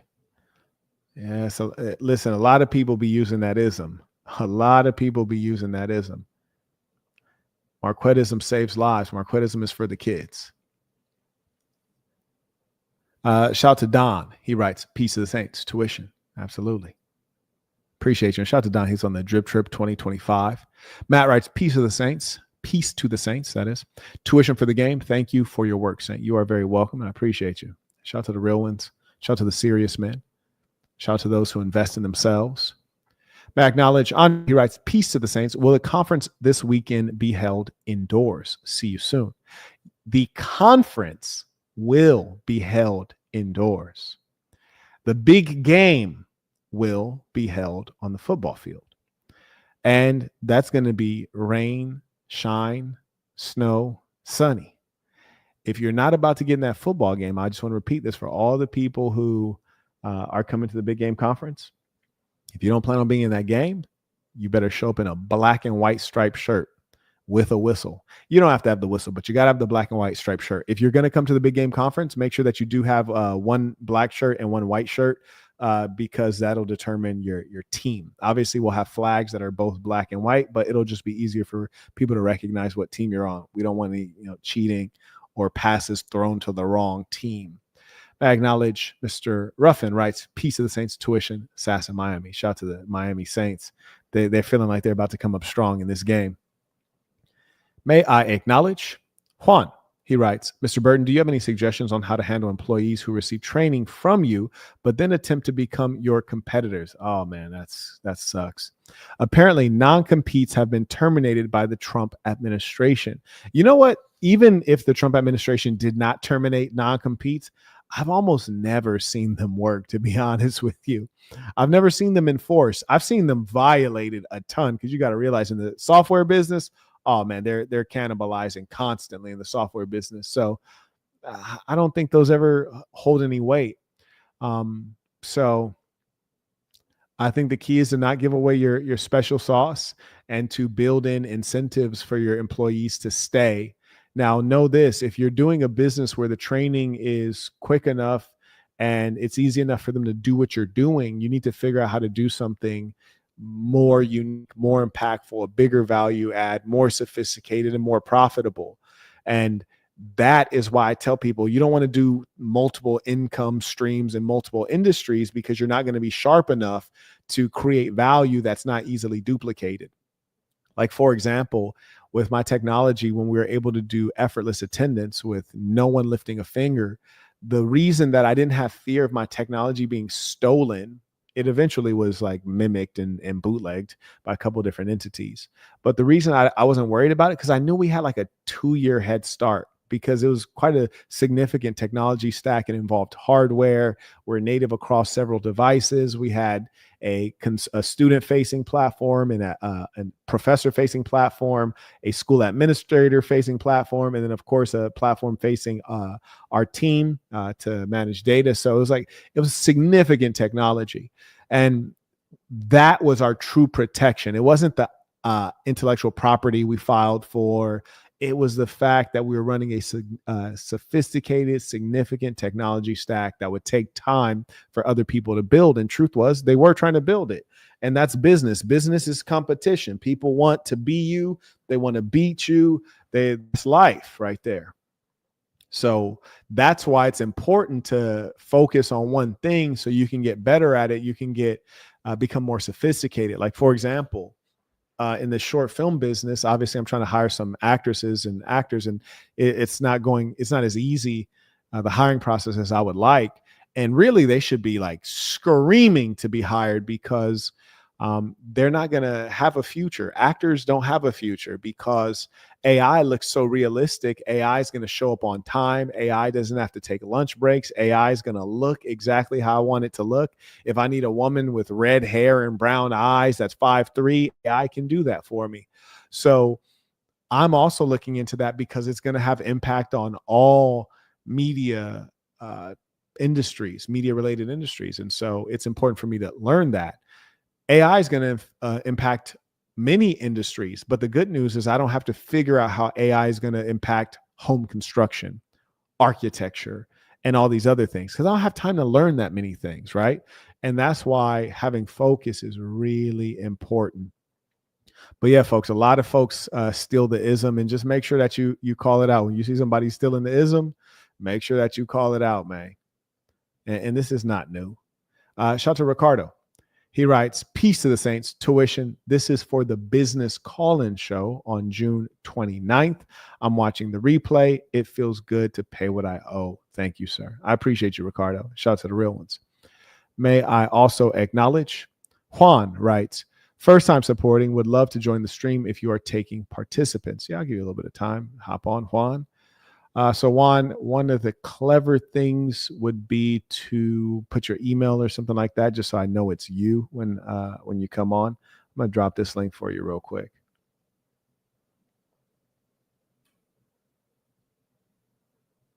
There we go. And while he's finding that link, shout out to Jalen. He writes, peace of the saints, my website topic launch is ready. Currently in my first week of organic marketing for user acquisition and applying it to accelerators, extremely slow as expected. Good. I'm glad you expected that. Any advice on how to speed up user acquisition and how to stay motivated months in while at the bottom? Well, the motivation, listen, you shouldn't have started if you don't think you're going to be motivated. So that's number one. You shouldn't have even started, seriously, because this is going to be drudgery and it's going to be painful. That's why I made the course, because I want to make the parts that can be made easy. I want to make those easy for you. That's why I made a course called How to Create and Monetize Your Own App. I almost never mention the course. I almost never tell people about it because I know most people are not going to get into the software business, but I made it because the software business is the very best business on earth. This is where you get the billionaires from. And frankly, if I can create one billionaire, it's going to give me so much ROI spiritually and probably financially as well. If you have $1 billion, but hey, here, Mark, here's a Rolls Royce. Thank you for getting me started. Here's the newest Rolls Royce. They only made 20 of them. Here's one of them. But in terms of staying motivated, I want to be really serious with you. I didn't have what you have in the way of ease of accessing talent, using AI to build the MVP, being able to take a low-cost course and then hear from the person who created the course who's been in the business. So in terms of motivation, like Brody, if you ain't got the motivation, you ain't gonna make it. And you need to really go on a journey within yourself, because again, we can't be talking about things that basic out here. And I really mean that. Like, motivate, like, bro, come on. I'm not even going to answer that part. If you ain't got it, you need to start all the way over, because the software business is such a competitive business The software business is a business wherein you could be Facebook and have all that money in the bank and a like hugely sophisticated application. And then two snot-nosed, pimple-faced kids who are 15 and 16 can create a technology that destabilizes your market dominance. And that can happen within a matter of months, something called virality. Conversely, other businesses do not allow for such a low barrier to entry. For example, the automotive business, wildly expensive. So if you wanted to go into heavy industry, like the automotive industry, then you would not be able to like displace Tesla or Ford or whomever or Hyundai. You can't do that. It's going to take years. It's going to take a lot of money and a lot of time. So, and also you're going to have to borrow from other companies. Like, for example, if you look under the hood of Lamborghini, you might see some parts that are not Lamborghini parts, maybe some Audi parts. You look under, Rolls Royce, you might see some BMW parts. So if you're coming out of the blue, you cannot create anything from scratch in the automotive industry that's going to really allow you to do well. Whereas in the software industry, I could create something tonight that goes viral and displaces giants. That's a business wherein you need to be motivated. Like, this is not for, that's why I don't mention it very much. Like my course called How to Create and Monetize Your Own Apps, and somebody dropped the link. That's the golden ticket right there. But I don't mention it because I know most people are not about to try to make $100 million. They can't even conceive of that level of ambition. And, so it's just not worth wasting my breath on it. But I made the course for the real hustlers, because that's where the real money is. Everything else is cool, man, but that's the real money. That's that money that make people start get their mind boggled. Anyways, let me finish reading what the gentleman said. He writes, website is ready. Currently in my first week of organic marketing. So you're in a nice sweet spot in that you got an idea from me, which was a great idea. The business model is very straightforward. So if I were you, I'd try to find one influencer who is either going to come on your platform as an influencer and, is willing to promote the product, presuming that it works, functions well, and, someone who believes in you and maybe will take a percentage of what you're doing, percentage in ownership. And so they just basically operate as your first, proof of concept. And if you can, actually prove that it works, then you got some action. So for example, if you say, hey, like one, I need to look at the website. I'm gonna pop his website up to see where it's at, from a quality standpoint. And I already believe in the idea because it was my idea. And I like his ambition because he decided to go do it. I think that's pretty smart. Somebody has an idea that they're sitting on that's profitable potentially. I'd get after it. So he did the smart thing. I'm gonna pop up his website real quick.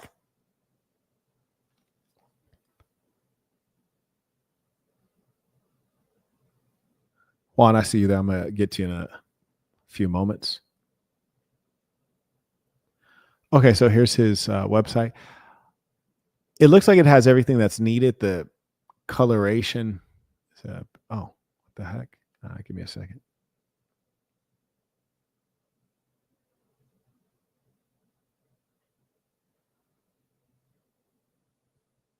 There we go. So his website has like the coloration I don't quite like. It's a small thing. It's largely irrelevant. This red makes sense because we're talking about YouTube. Propose a topic. So what I would probably, this is good. So let's just say this is good. So let's just go through real quick and see if it works. So profile image, cool. Your hand attributes, very good. Your PayPal email address, excellent, very smart. Then your email, confirm password, very good. Okay, cool. So I tell you what, I'd be curious to know what's wrong, what's unfinished with the website right now, because I like the idea. I might be willing to, do nearly no work, and potentially get involved at some level. but probably not, and probably almost, and when I say nearly no work, I mean like almost 0%. So what you would want to do is this. You say, all right, I got my website right here, and how do I get paid? So I get paid based on a fan creating a topic and the topic getting supported and the influencer actually performing the video. So if I was going to work with a Saint in the Center, for example, I'd ask him to create a profile. But I know that people who are successful are typically busy. So if I get him to agree, then I just create the profile for him. And then, because you want to remove the footwork, and then I'd identify myself like the most popular possible topic that I know people want to hear, that just needs him to lecture on it, that I know that he potentially be willing to do. And so I'd set a reasonable price, try to think of something that's would be of minimal interest to him and something that people would fund. So I'd probably say, okay, maybe we'll shoot for $300.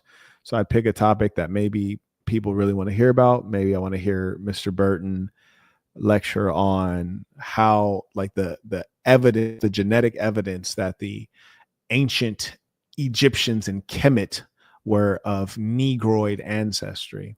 Or I want to hear him debunk theories that they're of Asian or European ancestry.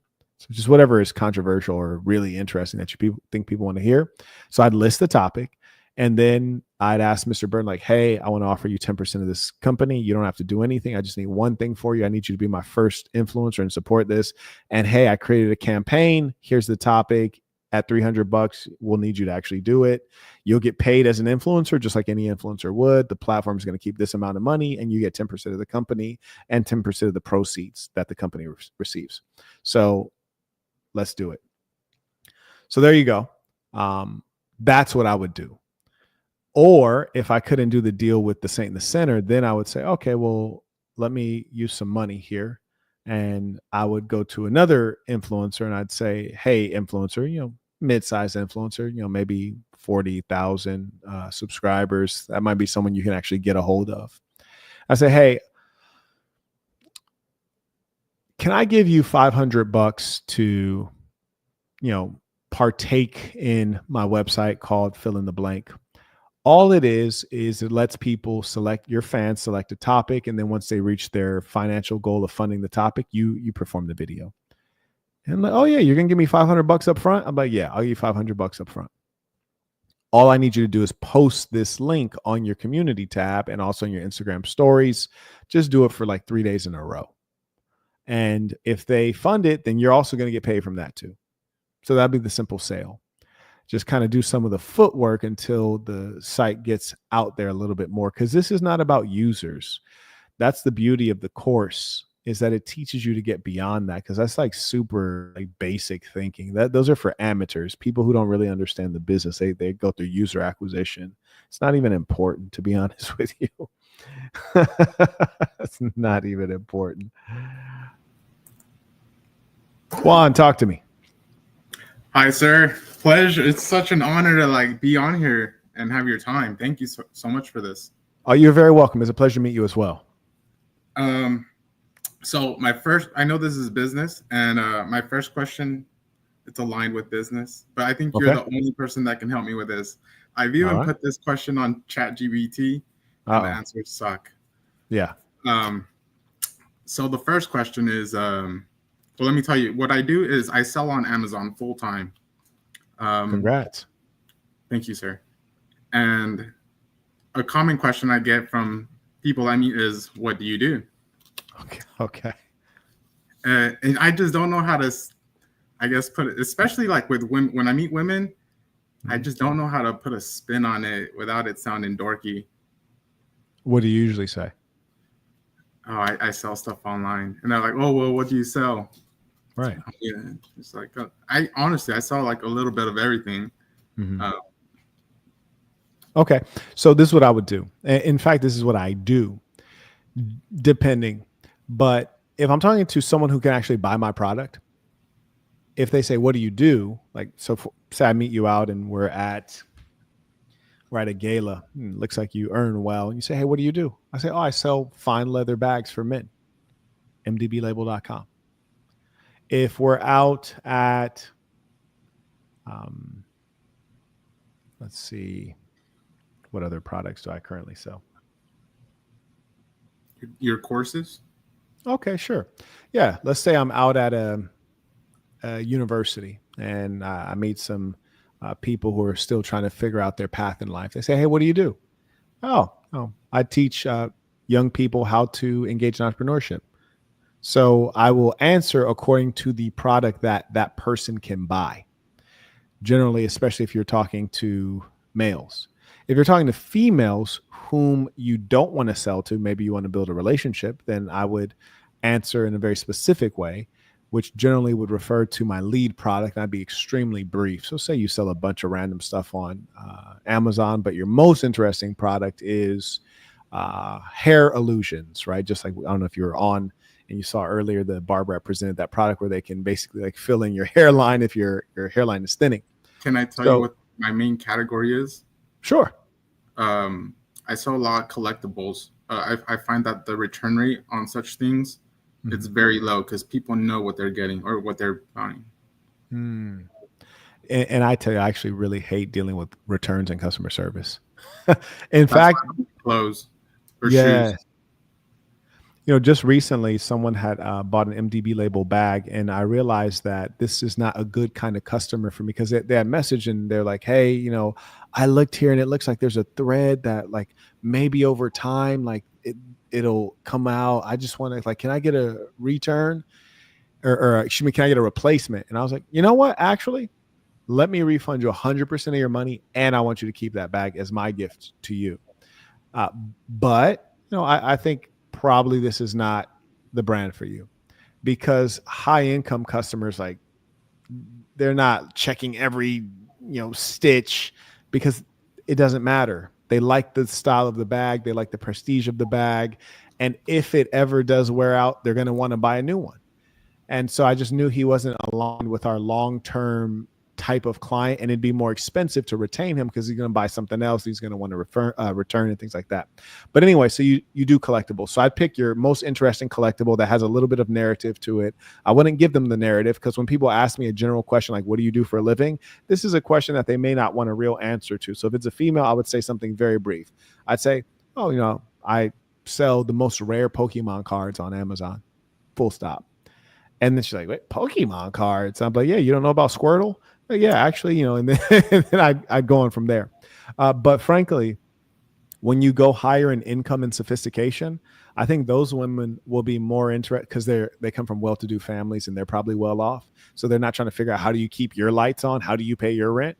Those conversations are more about what are your hobbies?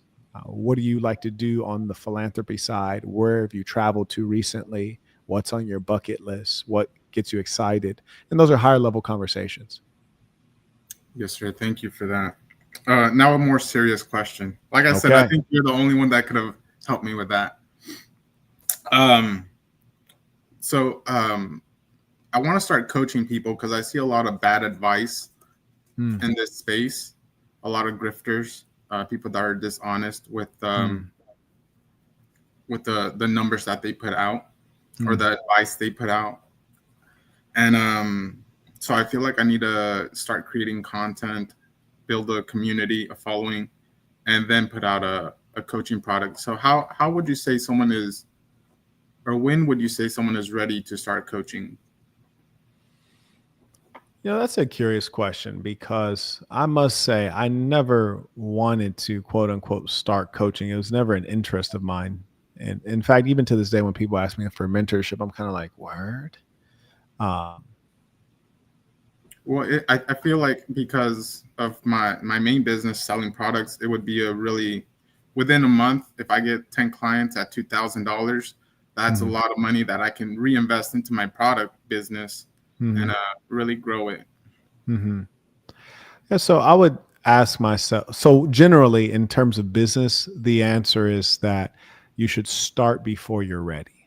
So that's one thing I've heard, and that's one thing I've experienced. Like, I didn't want to write a book, and this professor I had kept saying, like, you need to write your story. You need to write your story.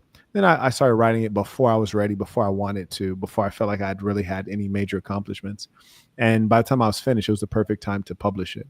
So I definitely agree with that ethos of starting before you're ready. So that's number one. Number two is so that you can actually offer value. I recommend that you be narrowly focused in things that you know well. So if it's Amazon, I think that's a great place, and many people want to know how to do Amazon very well. Then I would also ask, what identities do you have that are meaningful and have large markets? So for example, if you're former military, that's a great market. A lot of people coming out of the military ask themselves, well, what am I going to do next? If you're La Raza, that's a great market, huge growing demographic. So you want to ask yourself, like, do I have any of these identities which I can leverage? Like, or if you're like a Muslim, like, I don't think it's by chance that Andrew Tate and Sneeko got embraced so well, and it's a hugely growing religion in the West. So being thoughtful about those identities that you can utilize from a marketing standpoint and also from a support standpoint, I think will make you really successful. So getting started now, identifying your brand identity, which is you as a person and / brand. So what are 3 things you want to represent? And you mentioned $2,000 per person. Like, I don't really have any coaching like that to where I could quantify that kind of a thing. So if that's your model, you probably, truthfully be better off like observing someone else who has a model closer to that. Like in that price range? No, like meaning like a proper coaching model. Like if you ask me, like, Marquett, how many coaching clients do you have? I'd like none. I don't have any coaching clients. Okay. So you'd have to like get a sense from someone who has coaching clients. Like, whereas I do not have any coaching clients. And I had people who were doing regular consultations. I literally canceled them all. Like, I told them, like, yeah, I don't want to do regular consultations with anyone. And some people had done them for like several months. I said, like, hey, I feel like you need to show me something. Like, I don't want to take any more money from you. I want you to go do something and get stuck. And then I'd be willing to talk to you. But until then, I need you to go out in the world. So you'd want to talk to somebody who really is deep into that model, and I'm not very much so like a practitioner of that particular model, but, and also figure out who you want to be your client, not who wants to be your client, but who you want to be your client. And I think that'll be something that'll provide you high income and also high quality of life. Really important thing. That it? Going from what you just said about who I want to be my client, yes. I know most people, they want to do this as like a side hustle.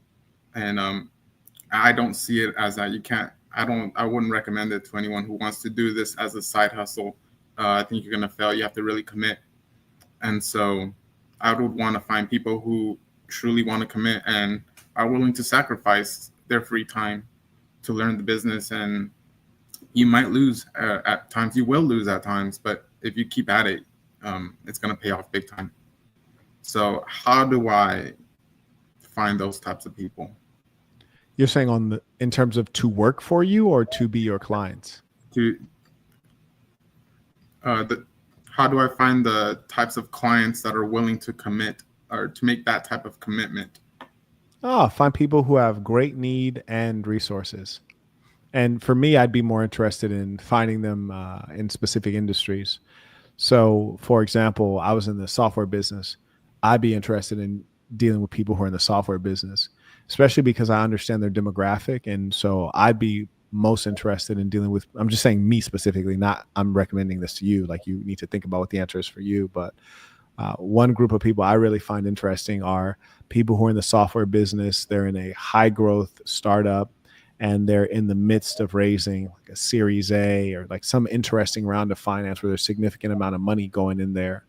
And I want to help them be a whole human being, meaning even though you're in the midst of raising $30 million, how can you make sure that you're actually enjoying your life, staying fit, and being reasonably balanced as you're on your pursuit to greater things?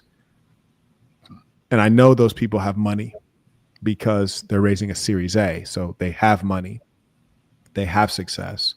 They might be a little bit corny, might be inexperienced with women. They may be very stressed. They may be neglecting their health. And because I was one of those persons, I know them well. And I think that when you can pick out that demographic based on your true knowledge of them, when you start speaking, they're going to resonate very quickly with what you're saying, because they're like, oh yeah, like this guy gets it. Like he's one of us. He's just already gone through the whole cycle. Yes, sir. Thank you. Thank you for your time. And you're welcome. You know that guy that said, I have 1 degree and he's broke, or he's looking for, yes. Man, your response was so perfect. I put out a job post, and I was just seeing who actually read the job post. It's so easy. Who like actually reads the job post. Yes. And you can tell by how they respond. And this young lady, she responded. She actually read it. I have no experience, but I'm willing to learn. And I gave her a chance, and I've hired her. And I've given her about 3 different tasks that she has no experience in. But every single time I ask her to do something, she says, I'll get it done. And I love that attitude in people who are willing to just, I'll get it done. Don't worry. I'll figure it out. Yes. Yes. It's a blessing. You know, it's funny you mentioned that that's a woman. I didn't want to be too insulting, but I was just thinking this is that I know a lot of women that are more productive than these guys. And so it's like these guys are expected to become providers, but it's like you can't even outperform women. So they're in a pretty pathetic situation dealing with women who are reasonably competent. And yeah, I can think of like a couple women right now. Like if you give them instructions, they can kick butt. They're not like the number 1 person or even the 2 person, but they play the 3 and the 4 position excellently. And most guys can't even do that. And you're right, having that can-do credo, that's going to get you to the top. And fortunately, she's working for you. Yeah, no, as long as I give them a direction, they'll get it done. And so I hired a 2nd person just last week. So I'm really looking to grow by the end of this year. And last question is, I don't just want to build more revenue at the end of 2025. I don't want to just look back and say, yes, I have more revenue. I made more money. I want to feel like a better businessman. Is there any advice you would or metrics you would want me to look back on and work on? So I would encourage you to explore, what do you mean by businessman? Like, what do you actually mean? Because at the end of the day, the truest meaning in terms of did you do a good job as a businessman is to make that money grow, make that trend line move upward. And there's a lot of different ways to do that. You might be moving toward IPO. You might be tracking certain metrics so that you can sell the business. So the metrics are going to have greater meaning based on what your goal is with the business. You know, some businesses carry significant debt and it's okay. Some businesses need to have significant cash reserves. So you being defined as a good businessman depends on the industry and most importantly, the goal with the business. Now, me personally, I think every business needs to be getting positioned to be sold or to IPO, and then you can step out. Because one thing that I figured out is that I prefer somebody to cut that big check, and then like I'll let so-and-so figure out all the details of taking this to $1 billion. Like I'll take 200 million and I'll sell it or IPO it. And I'd rather go do something else and try something new or just like relax. And I think that, once you get in the highly competitive industry of software and you work in it for 5 years to get your company to a position to where you can sell it or IPO, you're going to want to relax after that. So when you say businessman, you might mean something else. Like there are some things that were a byproduct of running a corporation. Like, for example, men feel good when they can provide for their families. I realize that I'm providing for 20 men who are providing for their families. So I'm enabling them to provide for their families. And that was always just a very strong pressure. It was a weight, but once my businesses were strong, it was a privilege. Like, wow, like I'm giving these guys a chance to provide for their families. Like I am essentially the reason they can provide for their families. And that was really cool. I wouldn't include that as a part of being a good businessman, because a better businessman would have probably replaced them with software or robots.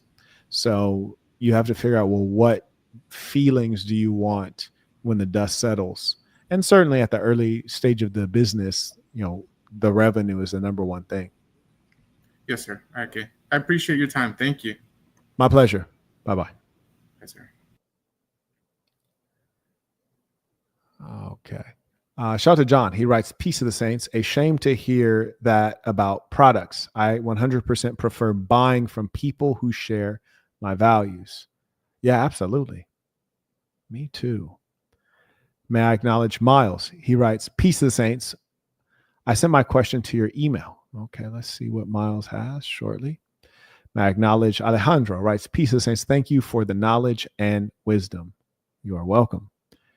Now let's see what Alejandro emailed in, or excuse me, Miles. He writes, Mr. Burton, when starting a product-based business, when would be the ideal time to put into place the proper business structure? Before you start making money? Hell nah. He writes, or after you start making money? After.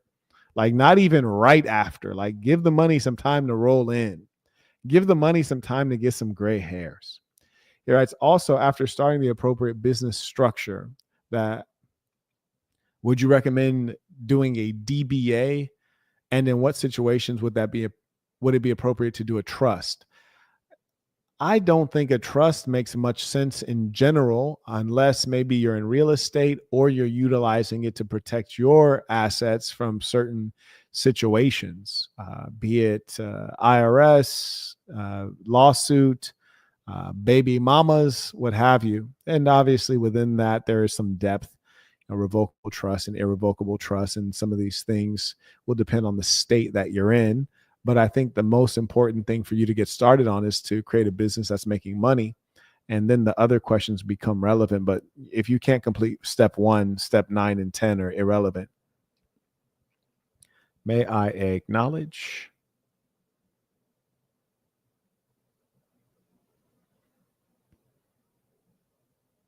Mr. Golston writes, you went in on the brokey. Shout out from Long Beach. Yeah, look, I had to. And it's not even because he's broke. It's because his mentality. We've all been broke, right?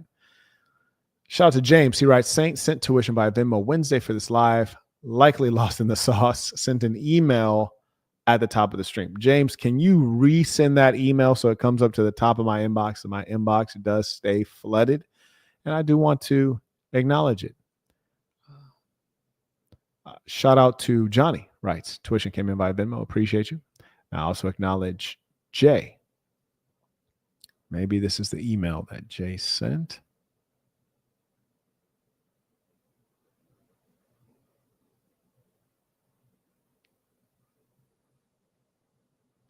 Okay, so I think maybe this is you, Jay. He says, reaching out regarding new member orientation, access to SaaS and content along with Discord. So whichever website you signed up on, you should already have access to the content. That's number one. And the content goes back several years. So you got a lot of catching up to do. And with regards to new member orientation, that's on the 1st of each month. So the next one will be August 1. And that'll be posted on the new member websites for all to see.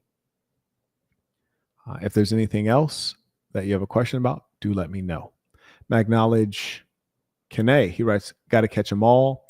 In a world we must defend, got to catch them all. You teach me and I teach you. When did you start selling Pokemon cards? Listen, bro, I started selling Pokemon cards when them girls started becoming Squirtle. Now, like low key, I hate Squirtle. Squirtle is the worst. Too much mess. It's not necessary. Shout out to TPTBS writes, my coding is mediocre, but I'm very driven to get into software. Do I need to be sophisticated in programming to take your course? No, not at all. In fact, I would even challenge that it's not a coding course at all. It's a course on the business. How do you create and monetize your own app? The key is to monetize. I'd rather be a great software businessman who can create millions of dollars in value than to be a phenomenal coder. Remember, if you look at Apple, you had Wozniak, you had Steve Jobs. We all know Steve Jobs. Most of you on this live session don't know Wozniak, who is the coder, which is to say the real genius. Anyways, he writes, I'm willing to sacrifice and do whatever it takes to become a centimillionaire. Okay, very good. If you're willing to do whatever it takes, literally, then consider it done. Go writes, excellent mind, debater and teacher. Respect and keep pouring into people. I appreciate you. And thank you for pouring into me. I acknowledge Sir Spencer writes, Peace of the Saints. I hope to be part of your organization in a real way. Where do I start? You can start by going to patreon.com/the Saint and the Sinner. Sign up there. Get caught up with a bit of content at your leisure, at your choice. On the first of the month, you will get access to our Discord. You'll get access to our new member orientation, and then you get access to Discord, and then you will be brought into this thing of ours, get access to the whole community, figure out who's nearby, be able to catch up with those folks, and it all goes from there. And welcome you warmly within this thing of ours. You will benefit greatly, I promise you.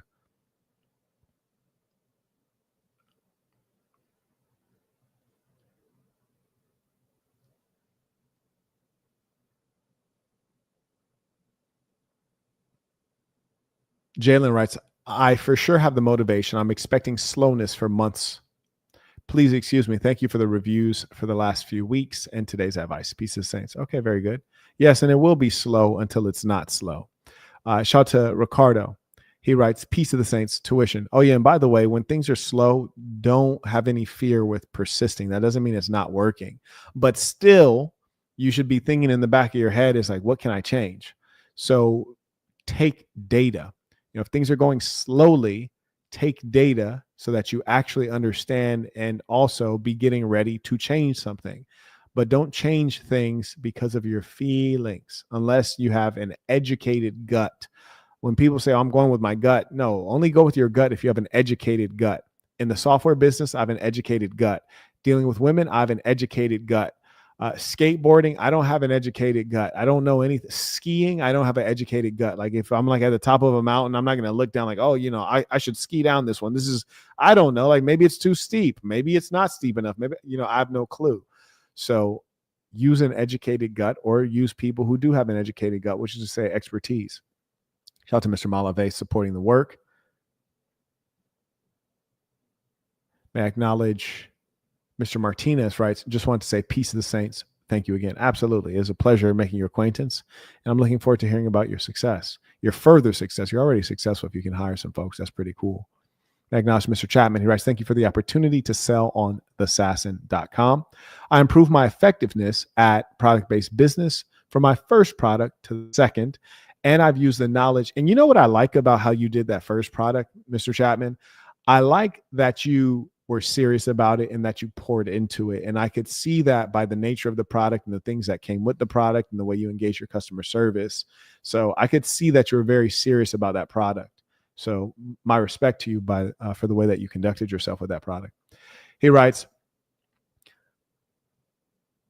I've used knowledge to create a new business completely separate from the Assassin. And that's what I love to see, which is to see you all graduate, to do for self, to go out in this world. I mean, because there's a huge market out there in the world. I want you to get every part of it. He writes, you have given me truly invaluable experience, Assassin or nothing. I appreciate that in a real way. Peace of the saints. Now also acknowledge. It looks like we're caught up there. And I want to tell you guys, one of the most comical things I hear from people, and maybe I said this when I was a youngster. I don't think I did, but maybe I did.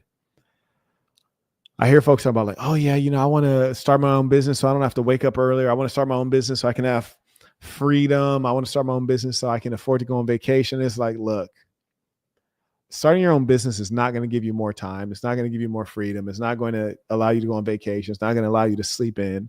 It will, in all likelihood, do the opposite. You'll have less free time. You'll never sleep in.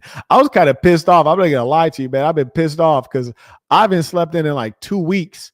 And forget sleep in because I don't really sleep a long time. But I just like to not have a meeting early as hell in the morning every damn day, which has not occurred for like 2 weeks. I've been like very displeased about that. I'm not going to lie to you. But, it's like either you're a hustler or you're not a hustler. Don't become an entrepreneur so that you can sit on your butt.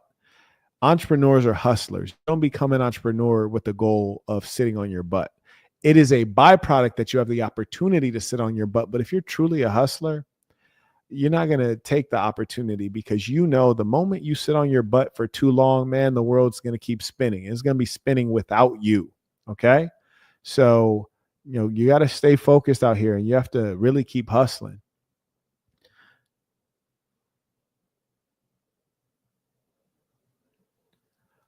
You know what? I think it'd be best to purchase that from the school website. So it's skool.com/ I think courses or / Marquett / courses. I don't know. Let me see if I can find that link for you.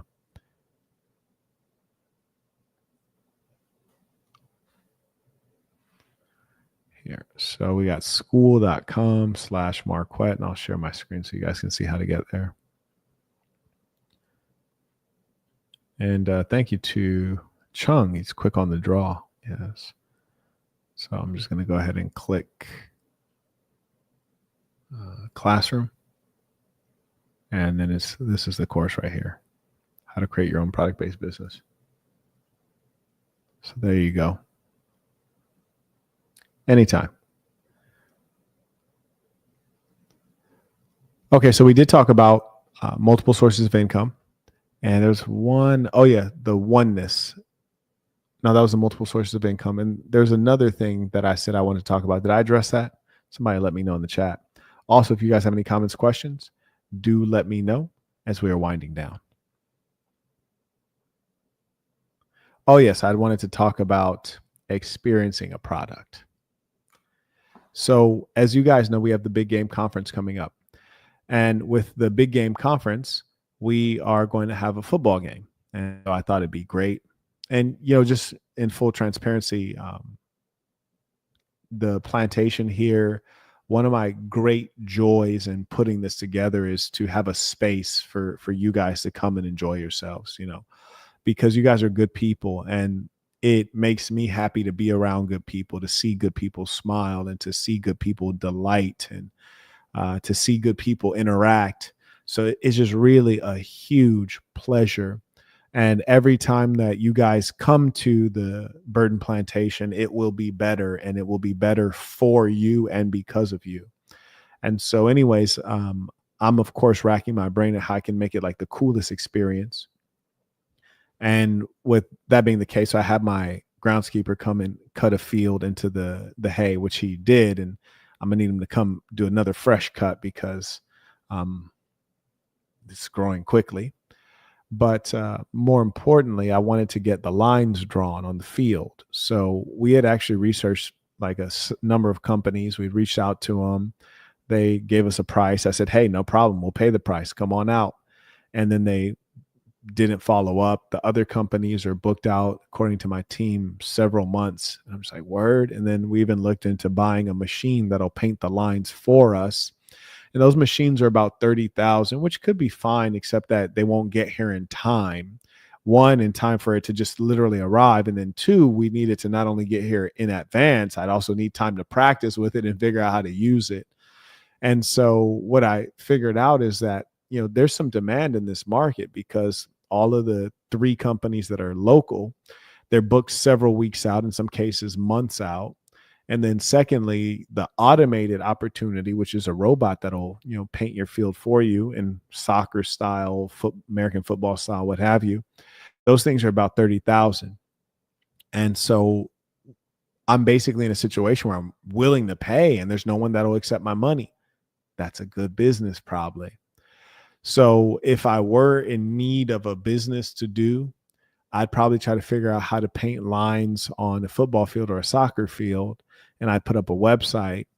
I'd do it not in this order. I'd put up the website first and see if I get any pings. I'd also put up a Google Maps location. I'd see if I get any pings on it. And I'd also be looking into that machine because I'd be like, yo, it's being sold for $30,000. Is there a lower cost version of it? Can I sell a lower cost version? You know, are these like, who's buying them? Are colleges buying them? Or, you know, so that's experiencing an idea. I know that there's need because I want to pay money and no one will accept my money. That's a good business where the customers are backlogged. And that's better than trying to think of an idea, trying to think of a business so you experience it. And those are the kind of things that we talk about in Boston University. We talk about in the product-based business course. Shout out to Today's Religious Talk, writes, here to learn. Me too. Welcome. Me too. We all have to learn. And, you know, one of the things I like about reviewing courses, and for those of you who have bought any of my courses, review them. Review them. I encourage you to. I was reviewing my Master Communicator course myself as the Master Communicator. I was reviewing the Master Communicator course, not for the purpose of fixing it or anything like that, but for the purpose of learning from it, because it's good information, and good information bears repeating in practice. And so as I was going back through, that's when I said, I want to redo this lesson, because there's I can do this even better and people can get more value out of it. So some things are worth reviewing. And when I say that I'm also here to learn, you have to be a learner if you want to be an earner, because nothing is going to stay the same. Everything that you do will have an evolution to it. All industries are going to advance. Some industries are going to die. Some of them are going to become more sophisticated, like that machine that paints the lines on the ground. That's putting some people out of work, and it's fine. What I'd be trying to figure out is not how can I not get put out of work, or not how can I learn how to paint the lines, but how can I make that machine cheaper, or how can I, stack up a few contracts and then buy the machine? How can I reach out to a number of high schools and colleges and community colleges with football fields and say, hey, let me paint your grass. I can do it for this amount of money, this many times, and then connect with the folks who produce that machine and figure out if I can get a deal on it. And also, how much does the paint cost, and what's the upkeep on the machine? What's the warranty? I'm trying to figure out those kind of deals.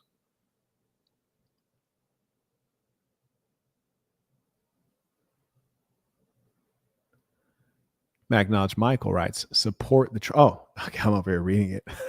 and shout out to Michael. I appreciate you putting that up. He even sent a super chat to send that out. And I really appreciate that. That's for the training center. And that training center is going to be a hub of so many different pieces of education that'll be really transformative. But for those of you who are sincere people, men and women, and you actually want to see a better world, you don't want to talk so bad about single mothers all day. You want to instead try to stop people from becoming single mothers by educating young women. You want to stop women from being masculine by wife training school.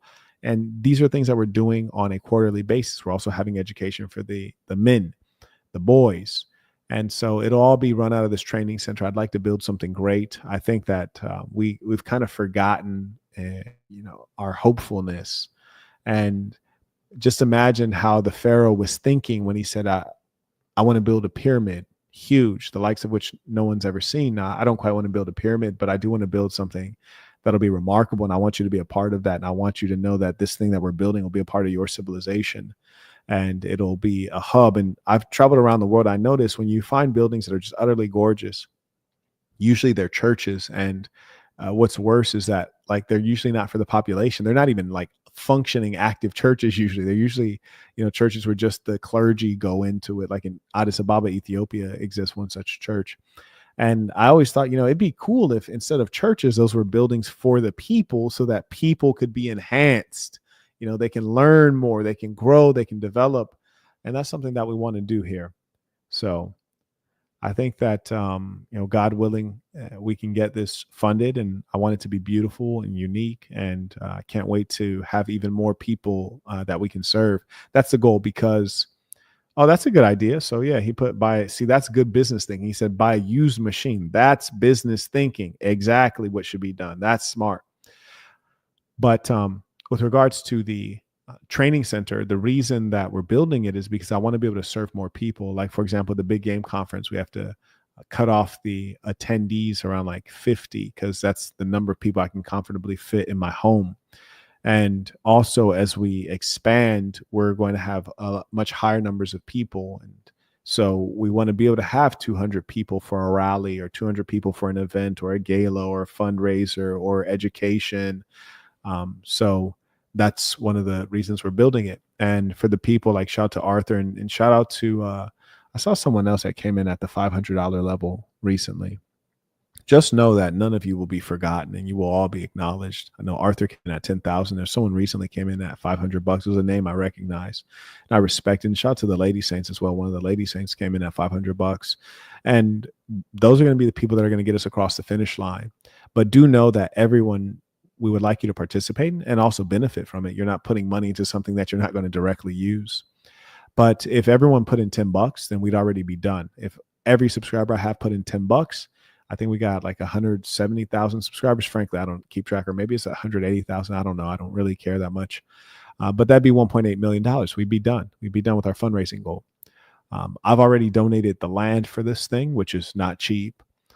So when it comes to fruition, it'll be a beautiful thing. I think you'll all be very proud, and it'll be something that you can tell yourself, your wife, your children. I'm the reason for this. I'm meaning you. You're the reason. And I want to thank you again, Michael. Thank you for sharing that. And thank you to all of you who have already supported that. And I know a lot of you guys are, and it means a lot to me. It'd be really cool to build something with you. Shout out to Dominic. He writes, Peace of the Saints tuition. It's always a privilege to catch these lives. Thank you for the evergreen value. Oh, absolutely. You're very welcome. And shout out to Dominic. He's been supporting in many ways for a long time.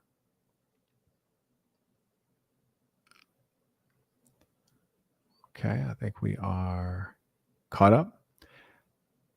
Ladies and saints, it's been a pleasure at this time to fellowship with you all. Let us end this with our tradition, the Creed of the Assassin. Repeat after me with full conviction, knowing this is true of you. The Creed of the Assassin.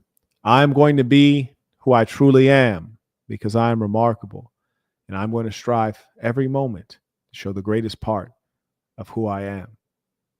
Until next time, peace of the saints.